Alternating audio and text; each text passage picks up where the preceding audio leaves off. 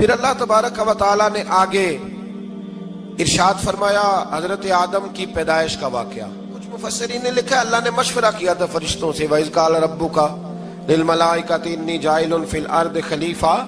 لیکن کچھ مفسرین کہتے ہیں کہ اللہ کو ضرورت نہیں فرشتوں سے مشورہ کرنے کی. اللہ نے فرشتوں سے مشورہ نہیں کیا، بلکہ رب نے انہیں آگاہ فرمایا تھا کہ میں لگا ہوں زمین پہ اپنا نائب بنانے، میں خلافت دینے لگا ہوں زمین پہ. اب یہ تو دینے والی کی مرضی ہے نا اس نے کس کو دینی ہے، یہ تو دینے والے کی مرضی ہے نا اس نے. تو کچھ لوگ کہتے ہیں کہ دینے والے سے زیادہ ہمیں پتہ ہے. تو فرشتوں کو بھی یہ اجتہادی خطا ہو گئی، کہنے لگے یا اللہ اسے نہ بنانا، یہ فساد کرے گا، یہ خون ریزیاں کرے گا. تو اللہ نے فرمایا جو میں جانتا ہوں وہ تم. اللہ اکبر. امام راضی فرماتے ہیں جب رمضان آتا ہے تو اللہ فرشتوں سے کہتا ہے ذرا یہ کھول کے دروازے دیکھو نا یہ زمین پہ کیا کر رہے ہیں. تم تو کہتے تھے فساد کریں گے اور یہ سارے تراویحاں پڑھ رہے ہیں. تم تو گویا کہتے تھے فساد کریں گے اور یہ تو دیکھو گویا رمضان کے روزے رکھ رہے ہیں، یہ تو میری یاد میں نکلے ہوئے. تم کچھ کہتے تھے اور دیکھو میں نے تمہیں کہا تھا نا جو میں جانتا ہوں وہ تم. اللہ نے پھر حضرت آدم علیہ السلام کو تمام زمانے کے علوم عطا کیے، علم سکھا لیا. تو فرشتوں سے کہا تم بھی ان چیزوں کے نام بتاؤ، تو وہ بتا سکے نہیں. اللہ نے فرمایا اب اس طرح کرو آدم کو سجدہ کرو. سب نے سجدہ کیا سوائے وہ. کہنے لگا یا اللہ صرف تجھے ہی کرنا ہے. کرنا بھی صرف اللہ کو چاہیے، پر رب کے آگے بھی جھکنا چاہیے، اور جس کے سامنے رب جھکائے نا وہاں بھی. اور یہ جو عاجزی ہے نا، یہ جو جھکنا ہے، یہ علم کے آگے ہے. ہماری مصیبت یہ ہے کہ ہم علم کے آگے بھی گردن جھکانے کو تیار نہیں ہوتے، وہاں بھی ہم خود عالم فاضل بن جاتے ہیں. تو فرمایا کہ سب سے کہا سجدہ کرو، سب نے سجدہ کیا سوائے ابلیس کے. تو پھر ہوا کیا وَكَانَ مِنَ الْكَافِرِينَ، وہ کافروں میں سے ہو گیا. پھر اللہ نے حضرت آدم کو اور جناب حوا کو نا مقام دے دیا جنت میں رہنے کے لیے، اور کہا سارا کچھ کھانا، درخت کے قریب نہ جانا. ابھی آپ کسی سے کہہ دیں تھوڑا سا کہ پیچھے نہ دیکھنا، یعنی اگر میری سمجھ لیں ادب کی وجہ سے کوئی 1.5-2 منٹ یا 6 منٹ نہیں بھی نہ دیکھے گا تو سوچے گا ضرور کہ پتہ نہیں اب پیچھے کیا ہے، مصیبت کیا ہے. یعنی آپ کہہ کے دیکھ لیں کسی کو پیچھے نہ دیکھنا. فطرت ہے نا انسان کی، وہ جستجو کرتا ہے. کہا اس درخت کے پاس نہ جانا. تو حضرت حوا سلام اللہ علیہ کہتے ہیں دل میں خیال رہتا تھا کہ آخر ہے کیا درخت کے پاس. یہی انسان کا عقیدہ توحید ہے کہ جہاں سے رب منع کر دے وہاں وہ منع ہو جائے. اور یہ ان کی خطا نہیں تھی، یہ اللہ کی حکمت تھی، چونکہ رب نے تو پہلے کہہ دیا تھا بنایا ہی زمین کے لیے، تو یہ تو سارا کچھ ہونا تھا تو زمین پہ آنا تھا نا. تو حضرت حوا اور جناب آدم کے پاس شیطان آیا. اب اس کو نکال تو دیا تھا پر ابھی اس کا جنت میں آنا جانا بند نہیں ہوا تھا، یہ بھی اللہ کی حکمت تھی. تو وہ کہنے لگا تمہیں پتہ ہے بعد میں مر جاؤ گے. تو حضرت حوا کہنے لگی کیا موت بھی آئے گی؟ کہاں، اس کی تکلیف بھی بڑی ہوگی، تو پھر بچیں گے کیسے؟ تو کہنے لگے پھل کھا لو اس درخت کا. تو بچنے کے لیے پھل کھایا تھا. اس طرح لوگ آج بہت سارے کام بچنے کے لیے کرتے ہیں پر بچ سکتے، بچنے کے لیے پھل کھایا. تو اللہ نے فرمایا زمین پہ چلے جاؤ. تو حضرت آدم زمین پہ آئے، پھر کئی 100 سال روتے رہے. فَتَلَقَّى آدَمُ مِن رَبِّهِ کَلِمَاتٍ، تو پھر اللہ نے خود ہی جناب آدم کو کچھ کلمے سکھائے. علامہ اسماعیل حقی فرماتے ہیں وہ کلمے یہ تھے کہ حضرت آدم نے میرے نبی کا وسیلہ پیش کیا، اللہ کریم نے جناب آدم کی دعا کو مقبول فرما لیا. پھر آگے بنی اسرائیل کا ذکر آ جاتا ہے. اللہ تعالیٰ نے بنی اسرائیل، آج آپ اسی قوم کو یہودی کہتے ہیں، ان کو اللہ نے اس زمانے میں فضیلت عطا کی تھی بہت زیادہ. تو عرب کے اندر جب نبی پاک علیہ السلام نے اعلان نبوت کیا تو کچھ لوگوں نے یہ کہہ دیا کہ اگر یہ یہودی کلمہ پڑھ لیں گے تو ہم بھی پڑھ لیں گے. تو پھر اللہ نے انہیں یاد کرایا کہ تم اصل میں کیا ہو، تمہیں کلمہ پڑھنا چاہیے. تو اہل یہود کا تذکرہ کرتے کرتے رب کریم نے ایک بات یہ بھی ارشاد فرمائی کہ تم لوگوں کو تو کہتے رہے ہو کہ وہ نبی آنے والے ہیں، وہ نبی آنے والے ہیں، اور جب آ گئے ہیں تو ماننے کو تیار نہیں ہو. تو فرمایا تأمرون الناس بالبر وتنسون انفسکم وانتم تتلون الکتاب، لوگوں کو بھلائی کا حکم دیتے ہو اور اپنے آپ کو بھول جاتے ہو. افلا تعقلون، تمہیں عقل نہیں؟ پھر اللہ نے انہیں یہ بھی یاد کرایا کہ یاد کرو وہ زمانہ کہ جب فرعون نے خواب دیکھ لیا تھا کہ کوئی بچہ اس کی سلطنت کو تباہ کرے گا تو پھر اس نے تمہارے بچوں کو ذبح کرانا شروع کیا اور تمہاری بیٹیوں کو چھوڑتا تھا. فرمایا یہ بھی تو تم نے دیکھا. میں نے تمہیں پھر تم سے کہا جہاد کرو قوم عمالقہ کے خلاف, تو مقام طیہ میں جا کے یہ لوگ کہنے لگے ہم سے جہاد نہیں ہوتا. اللہ نے انہیں ایک میدان میں قید کر دیا. بڑی دلچسپ بات, قید تو لوگ ہوتے ہیں نا چار دیواری میں, تو اللہ نے بنی اسرائیل والوں کو جب انہوں نے کہا ہم جہاد نہیں کریں گے تو اللہ نے میدان میں قید کر دیا. میدان میں. یہ یاد رکھیں, جب انسان اللہ کی نافرمانی کرتا ہے تو اسے ایسی قید ملتی ہے جس کا اس نے تصور بھی نہیں کیا ہوتا. ایک میدان ہے مقام طیہ, قید ہو گئے. سارا دن سفر کرتے تھے, سارا دن. تو رات کو تھک کے سوتے تھے, صبح اٹھتے تھے نا جب, تو وہیں ہوتے تھے جہاں کل صبح چلے تھے. تو رب جب کسی کو قیدی بناتا ہے تو اسے زنجیروں کی سلاخوں کی ضرورت. دعا فرمائے اللہ تبارک و تعالی غموں سے نجات عطا فرمائے. یہ دعا فرمائے. ایسی قید دیتا ہے کہ جس سے پھر چھٹکارا ہو سکتا. تو بنی اسرائیل کا بہت زیادہ تذکرہ اس بارے میں اللہ تبارک و تعالی نے پھر بیان کیا, اور پھر کہا کہ انہیں جو حکم دیا جاتا تھا یہ اس کی سرتابی کرتے تھے. پھر اللہ نے ان پر ذلت نازل کر دی اور یہ ہمیشہ اس کا شکار رہے. قوم سبت کا ذکر فرمایا اللہ نے. ہفتے والے دن کچھ لوگ نافرمانی کرتے تھے. ہمارے بھی ہیلے بہانے ہیں نا آج کل کاروبار میں. تو اسی سپارے کی آیت نمبر 65 کے اندر اللہ تعالیٰ نے حضرت داؤد کی قوم کا ذکر کیا کہ اللہ نے انہیں حکم دیا تھا کہ ہفتے والے دن مچھلیاں نہیں پکڑنی. تو وہ کہتے تھے چلو ہاتھ لگا کے نہیں پکڑنی, ہاتھ لگا کے. وہ ہمارے لوگ ہیلے بہانے تلاش کر لیتے ہیں نا.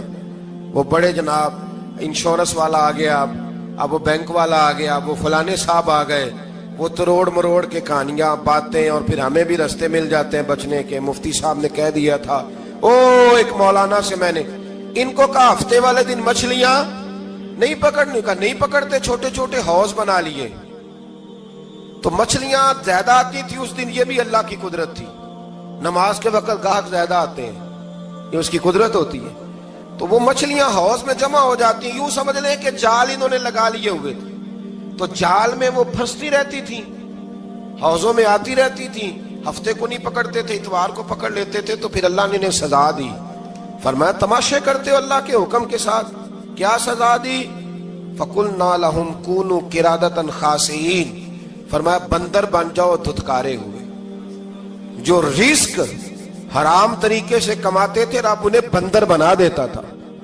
ابھی بھی میں نے دیکھے ہیں بڑے بڑے تاجر پاگلوں جیسی زندگی گزار رہے ہیں. نفسیاتی طور پہ سکون نہیں ہے, کروڑوں روپیہ پڑا ہے. کیوں؟